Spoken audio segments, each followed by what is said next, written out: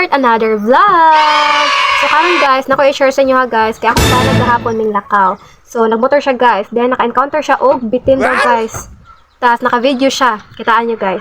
So gamotor din na siya guys, padung na siya ngadto sa Villalon unya, nakakita din na siya guys sa kilid. So wa siya hindiretso guys, kay basin ko nung ngatok siya og kitaan niyo guys oh.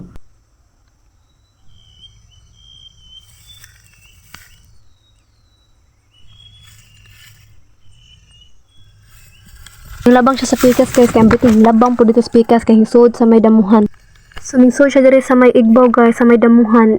So mao to siya guys, then ako siya gipangutana unsa to siya nga klase nga bitin, tas ingon siya nga banakon kuno to guys, gamay kuno kaayos tanan pero sa duol ug naa kuno ka sa aktual nga makakita. So dako kuno to kay guys, oh my god. Kay ting init na manggod guys, mao nga ang sila nang gawas to basing gigutom ra to guys, nangaon to mga unsa. So mag-amping kita kanunay guys. So dyan sa koto. Bye! Thank you for watching!